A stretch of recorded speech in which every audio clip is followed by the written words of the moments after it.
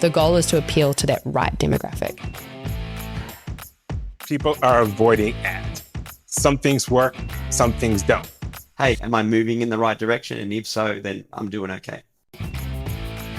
What do you find is the most emerging platform at the moment? Probably TikTok. You know, the police is the only business in the world that don't have to do any marketing, and all day, every day, the door swings off the hinges.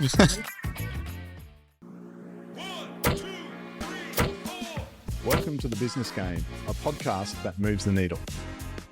Hey guys, before we jump into today's episode, we just wanted to take a really quick moment to thank one of our sponsors, Tala Offshore. For any business wanting to maximize their return on new hires, Tala offers seamless access to top-tier Filipino talent who are real employees, hand-selected by the team, slashing your staffing costs by up to 60% with onboarding in under a week. Visit TalaOffshore.com to scale smarter. And thanks again to Tala for supporting The Business Game. How much physical marketing still exists offline? Were you involved in any of that? Yeah, so not as much. So we'll do like digital out of home and digital placements through billboards, digital billboards. But it's more, our focus was more digital. I think that businesses need to be at a certain size before they should start investing in platforms like that. The cost for placements across billboards, or if you want to go trams or buses or whatever, it's very high. And so you need to be a business where you're confident that you're going to see that, or you're happy to invest that just as an awareness point so that then your digital can be a bit more trackable. Can you give us an example of a marketing strategy or a campaign that you were involved in that you thought was very successful and maybe different to normal, traditional? A recent one that we worked on was the relaunch of American Apparel.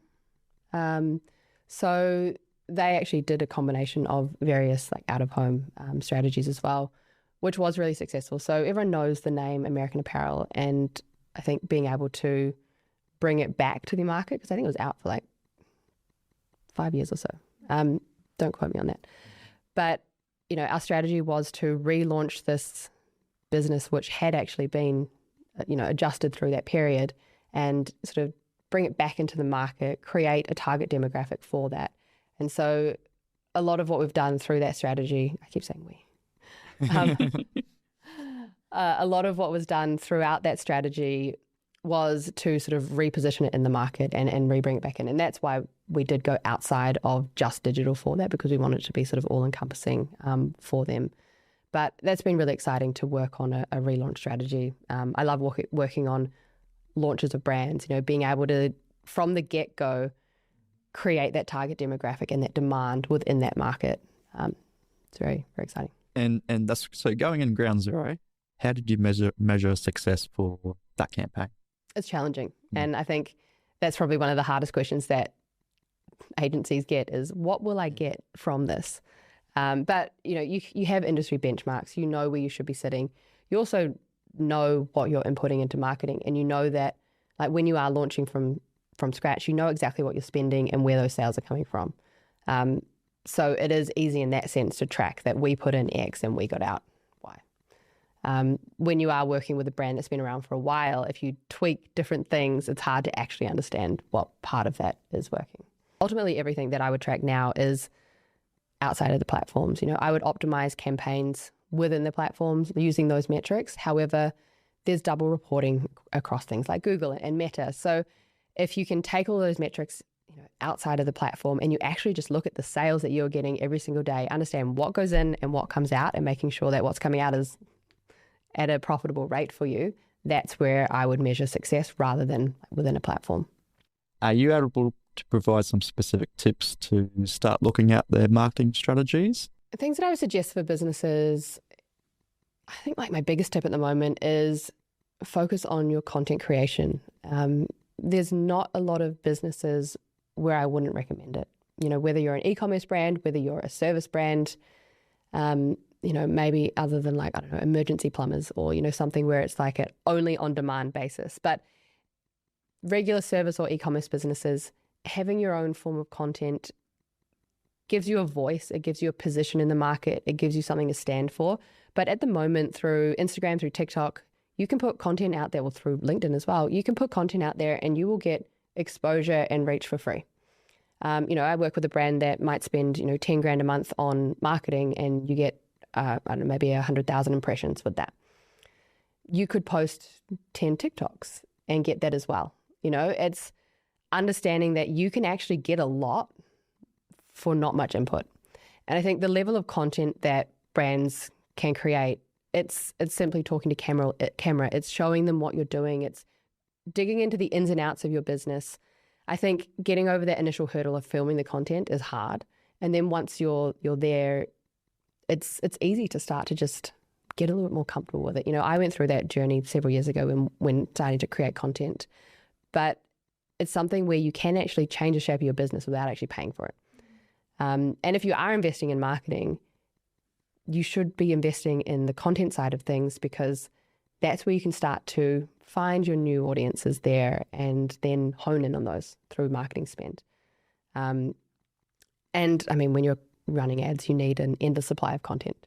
And the way that the platforms are going at the moment, we have demand gen campaigns through Google, which is primarily focusing on video and images. We have, Andromeda, which has been launched through Meta, which is primarily focusing on much more content designed to much broader audiences.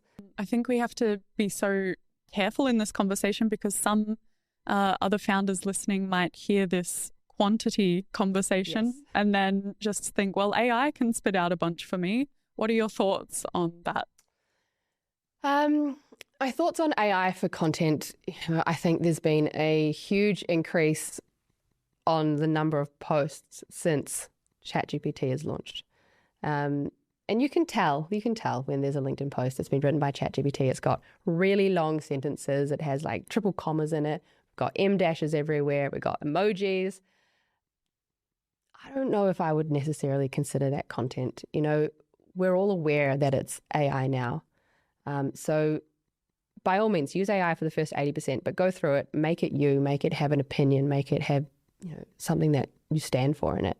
I think being really clear about who you are and who you're speaking to start with before you start making content, or even if you are making content, take that time to just take that step back and figure out who you're speaking to. What is your target demographic? Because your goal isn't to appeal to as many people as possible. The goal is to appeal to that right demographic. And so even if you use agency owners as an example, each agency has a slightly different niche. They might be more creative, they might be more analytical, they might, create the ads for you, they might not.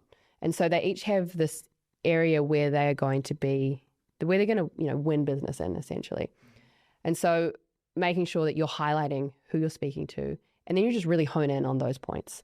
And that's why I love marketing, because you have that ability to really change someone's future with the way that you can market their product. Yeah, I'm constantly surprised by how make or break it is. You can have so many other things going for you, but without the marketing, there's so much risk of everything falling flat. 100%. It's such an important part for a business as well. And, obviously you need to have a great product, but how you position that product or how you sell it, that's what's ultimately going to make the difference. What is the key to building a media campaign that resonates both online and offline? And do you have an example with a client? Yeah. Yeah. So I would definitely say you might have two different campaigns. Yep. You might have an online campaign and an offline campaign that are kind of running parallel to each other. One I could think of was with a managed service provider who I work with. And, they basically had a captive audience for, who was always going to walk by their office and see them. But we also wanted to make sure they got other people. Mm-hmm. So how can we do that? Okay, they have this basically help desk that they've set up and just providing information. That's offline. We're also giving them on their social channels, on their website, just a lot of content. And what I think is, everything needs to be that useful, beneficial, helpful. If you're just putting out an ad, that's not going to do it, because we see ads so often. We have devices designed to block them. Mm-hmm. So people are avoiding ads. But if you have things like guides that help people, and that's what we were putting out for them, on LinkedIn, things like corporate IT guides, things you need at this stage, founder stage, 5-employee stage, going up. These are beneficial for you. That's something that pretty easy to produce and gets their name out there in a way that people remember them and remember, hey, these guys are helpful. What's in my head, Joshua, is some people get told, or businesses get told, to put 3-4 social media posts out every week, and a lot of it's just rubbish. Is that what you're talking about, or you're talking about trying to create an overall image, or? No, I definitely don't want things that go out that are trash because people remember then, okay, that's the trash company. We don't want that. Yeah. But if you can put out 1 or 2 really helpful posts, things that explain what you do, then that's something that people would probably benefit from. Some things work, some things don't. Try it. If it doesn't work, move on. Come back in 6 months, try it again. It could have been the timing was wrong. That was it. Maybe work the next time. So definitely always, be ready to pivot, but also to understand that it's not all going to work 100% of the time. It's not math. 1 + 1 does not equal 2 for this. It's input, and input again will get you some output, and hopefully it works. Yeah. And if it doesn't, we adjust and we try again. The fancy word for it, we'll call it A/B testing, but it's really a lot of finding what works and eventually hitting on a formula and going. Hey guys, just a quick break to thank our affiliate partner, HubSpot. We are thrilled to announce our partnership with HubSpot, the ultimate all-in-one CRM platform. HubSpot helps you streamline marketing, sales, and customer service with powerful tools to grow your business faster. From lead generation to automations, it's got you covered. By using the link in the description, you not only get to start your HubSpot journey for free, but you'll also be supporting our work here on the show. Now it's back to today's episode. How do people start with their ads catering to AEO and GEO as well as SEO? And is SEO still the most important of these 3? Or I would assume at some point AEO is going to take over. But when do we think that might happen? So I think it's going to happen in stages. You're going to see some types of consumers going much more to, an AI source before they go to, just Google search results. Yeah. And that might be certain demographics versus others. It might be people with, consumer questions where they're still kind of going to traditional Google searching for business questions. I say might be and maybe because like everyone else, we're still kind of figuring out what's going to happen. Yeah. So I don't think SEO will be dethroned all at once. Right. I think it will happen, over time, and it will still play a role. When things that you hear about with, optimizing for, things like Gemini, which is Google's AI, or ChatGPT, is content, well-placed content rules in those, because that's where it pulls from. Well, where's it getting the well-placed content from? Yeah. Probably, again, we don't have the back end of, these engines, but probably highly ranked Google pages. Absolutely. But a paid ad isn't going to rank that highly. The content, that tool that we created for the accounting firm, that might be what ranks highly. We now travel companies. So we've got 2 large travel e-commerce brands. With those, all our ads now are created by AI. So all the Facebook ad images and all the Facebook ad videos are all created by different AI tools. And then even like automating the way we build out travel destinations, it's all created by AI. Even some of the like the after sales, support, after hours phone support is done by an AI voice bot, and we have AI chatbots and that kind of thing. So it really has got into every aspect of our business. And what I have learned out of that was that you can whinge and complain about it, but if you are not doing any of those things and then you're competing with a brand like us who is doing those things, it's very, very hard to compete because it's just like having extra workers, for very little wages. I've heard you say in the past is this concept of being directionally correct. Yeah. I know that's been a big big one. part of your success. Can you Yes. talk to that? Because I think that's a really, really interesting leverage point. I love that you've picked up on that, Steve. Yeah. So I've always said this thing of just being directionally correct. What that means is like not everything that we're going to do is going to work. Not everything that we're going to do is going to be like successful in some one way or another. But as long as we're constantly moving in the right direction, then that's okay. For example, with diet and nutrition and exercise and all that kind of stuff, I used to be overweight. Not proud of it, but I just really didn't understand about nutrition and all that kind of stuff. And then I changed my mindset of, hey, that's not me anymore. I'm not going to be that anymore. And I learned all about nutrition and biohacking and supplementation, etc. And then, so most of the time I'll eat pretty well. But if I'm on the road and I've got to get somewhere, I'm happy to pull in and have a burger. It's not great, but I'm directionally correct most of the time, meaning that 80-90% of the time I'm directionally correct. And that's the same, whether it's with your business, your marketing, your diet, anything like that. Just think, hey, am I moving in the right direction? And if so, then I'm doing okay. So I think leading with value and then having marketing behind it.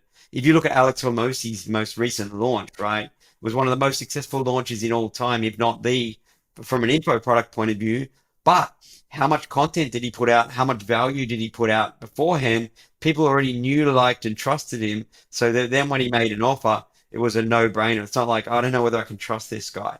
So that's kind of like one of the big things for me and why I'm now doing organic socials, whereas in the past, I've kind of avoided it. So that has been a big one. And the other thing was like just really using AI in the amplification of media.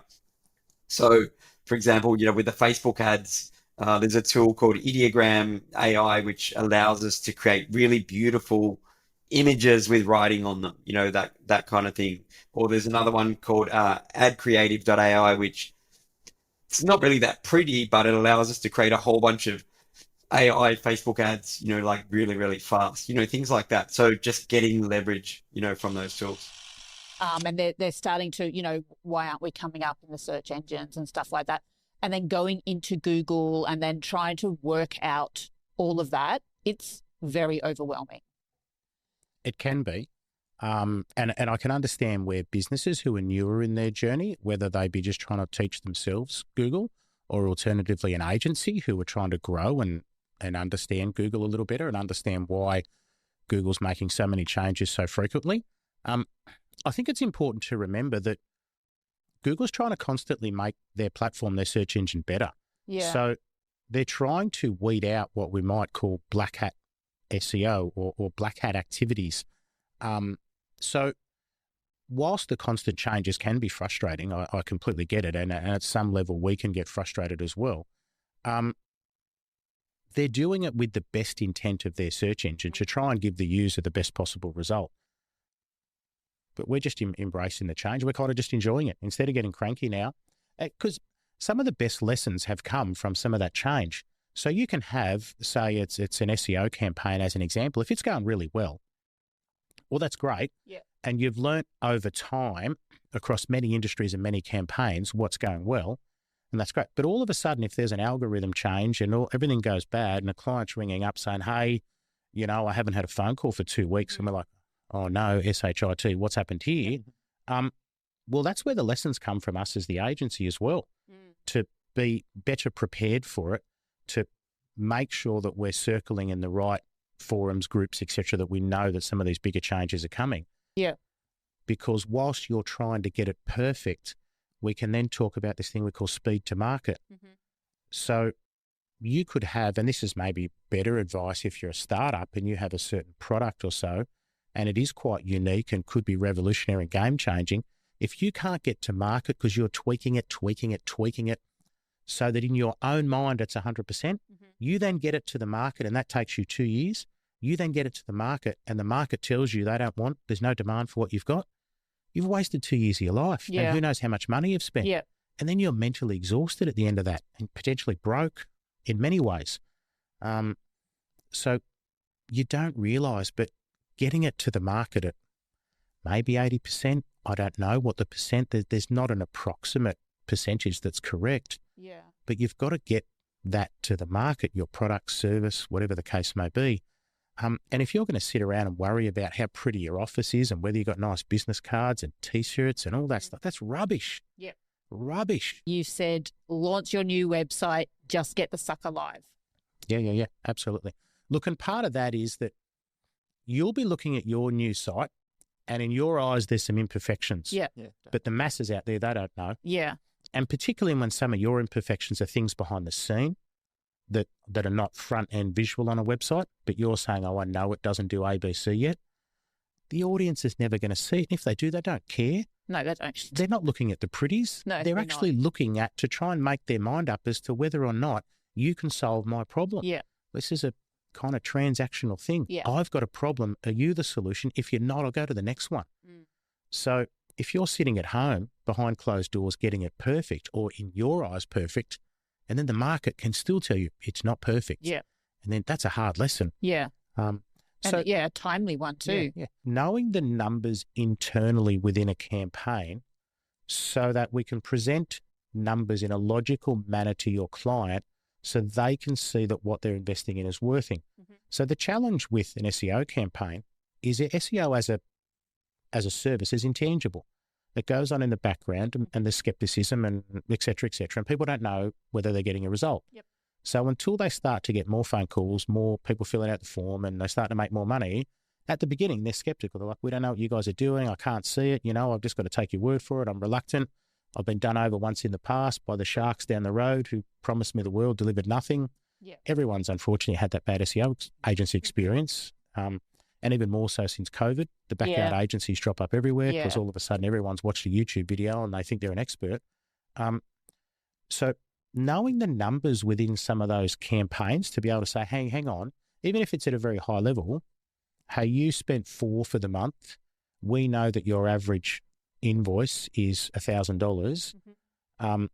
So you got 10 leads. You had the opportunity to quote 10 jobs. So that's the opportunity to quote $10,000. You invested $4. The difference is $6. Mm-hmm. Now that's very high level. Yeah. I know and that's not even considering what their margins are and all that sort of stuff. But even just being able to share that level of reporting with someone to say, look, we are trying to report to you based on your numbers and metrics that matter.